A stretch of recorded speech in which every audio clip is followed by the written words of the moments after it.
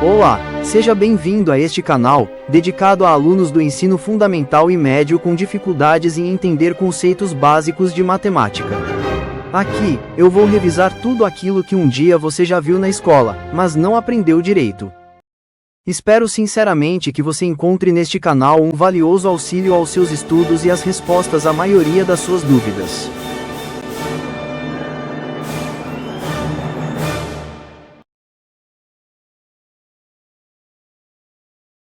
Esta é a sexta e última aula sobre os números inteiros. Nesta aula, resolveremos alguns problemas com números inteiros, em especial com inteiros negativos. Os problemas que veremos nesta aula envolvem situações práticas em que os números negativos aparecem ou precisam ser utilizados nas suas resoluções. O primeiro problema é muito fácil. Fiz questão de incluí-lo na aula para ajudar você a entender o próximo. Vamos lá. Uma pessoa tem R$ 125 em uma conta bancária. Queremos saber quanto ela precisa depositar para ficar com um saldo de R$ 300.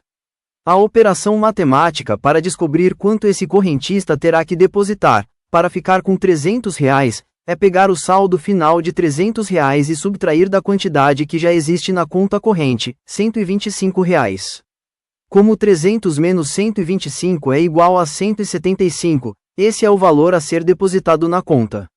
A reta dos números inteiros nos permite enxergar e compreender essa operação facilmente. Nela é fácil ver que, o saldo final, menos o saldo inicial, fornece como resultado exatamente a quantia a ser depositada.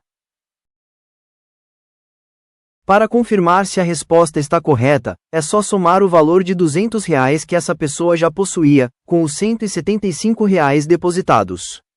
Isso dá R$ 300, que é o saldo final pretendido. O próximo problema é bem parecido com o anterior. A diferença é que, agora, o saldo inicial é negativo. Uma pessoa tem um saldo negativo de R$ 108 em uma conta bancária. Queremos saber quanto ela precisa depositar para ficar com um saldo positivo de R$ 535. Se você entendeu o problema anterior, conseguirá resolver este sem qualquer dificuldade. Por isso, antes de prosseguir, pause o vídeo e tente resolvê-lo. Vamos lá? A operação matemática para descobrir quanto esse correntista terá que depositar é a mesma do problema anterior. Vamos pegar o saldo final de R$ 535 e subtrair do saldo inicial, menos 108. Pelas regras dos sinais, menos 108, é igual a mais 108 que, adicionado a 535, fornece R$ 643, que é o valor a ser depositado na conta. A reta dos números inteiros nos permite enxergar e compreender essa operação facilmente. Nela é fácil ver que, o saldo final, subtraído do saldo inicial, que, como é 108 negativo, se transforma em 108 positivo, fornece como resultado exatamente a quantia a ser depositada. Para confirmar se a resposta está correta, é só somar o valor do depósito, R$ 643, ao saldo inicial de menos R$ 108. Isso dá R$ 535, que é o saldo final pretendido. Agora é com você. Pause o vídeo e tente resolver esse problema. É bem parecido com o anterior. Basta entender que o saldo inicial adicionado ao valor depositado é igual ao saldo final. Vamos lá, veja se você acertou.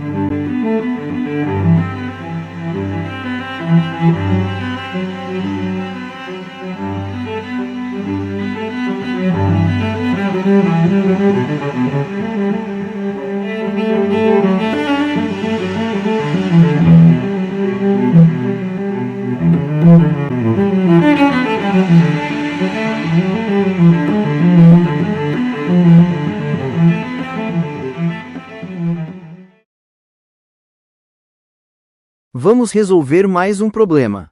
Na figura, o carro vermelho e o azul encontram-se, respectivamente, a 12 metros e a 18 metros de uma linha de largada.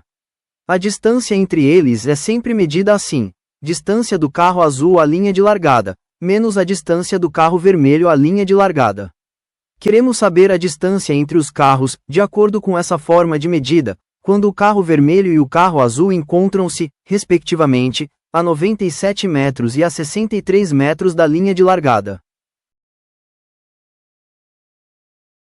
Eu incluí esse tipo de problema imaginando que você esteja começando a estudar ou já tenha estudado cinemática em algum momento na escola. É muito comum que os estudantes se confundam e não compreendam o significado de um comprimento negativo. É claro que a nova distância entre os dois carros é simplesmente 97 metros menos 63 metros, que é igual a 34 metros. Mas esse procedimento não atende ao enunciado do problema. Nele é dito que a distância entre os carros é a distância do carro azul à linha de largada, menos a distância do carro vermelho à linha de largada.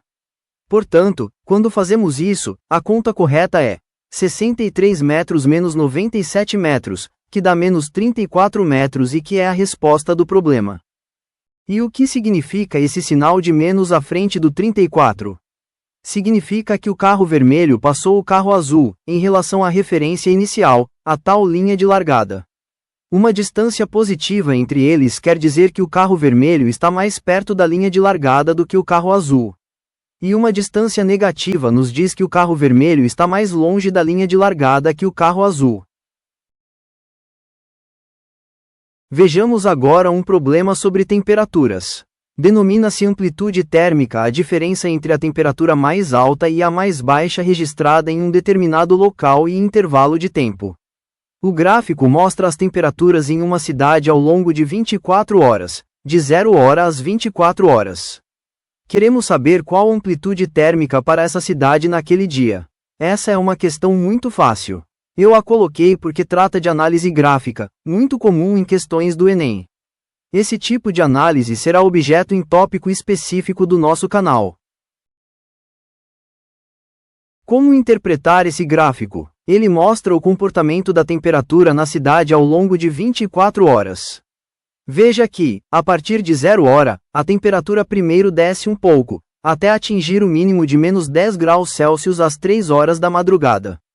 Depois, a temperatura sobe até alcançar 0 grau às 9 horas da manhã e o máximo de 13 graus Celsius às 2 horas da tarde, 14 horas do dia, para novamente cair até que, ao fim do dia, alcance 5 graus Celsius negativos. Como a amplitude térmica é a diferença entre a temperatura máxima e a mínima, então, neste caso, a amplitude térmica será simplesmente 13 menos 10, que dá 23 graus Celsius. Vamos a um último problema. Uma torneira despeja 10 litros de água por minuto em um tanque. Quando o tanque está com 100 litros de água, abre-se uma saída no fundo, que deixa sair 12 litros de água por minuto. Queremos saber depois de quanto tempo o tanque ficará sem água. Sabe-se que a torneira desliga automaticamente, assim que o tanque fica inteiramente vazio. O segredo para resolver esse tipo de problema, sem os recursos da álgebra, é primeiro encontrar quantos litros ficam no tanque depois de 1 minuto de aberta a saída no fundo, enquanto a torneira está ligada. Como, a cada minuto, entram 10 litros de água pela torneira e saem 12 litros de água, é fácil compreender que, a cada minuto, saem 2 litros de água do tanque, resultado de 10 litros por minuto menos 12 litros por minuto. Aqui, o sinal de menos à frente de 2 litros indica que sai água. Se o sinal fosse positivo, significaria que entra água. Para descobrir depois de quanto tempo vão sair os 100 litros de água do tanque, devemos dividir essa quantidade de água que sai, isto é, menos 100 litros, por menos 2 litros de água por minuto. Pela regra dos sinais, menos dividido por menos, dá mais.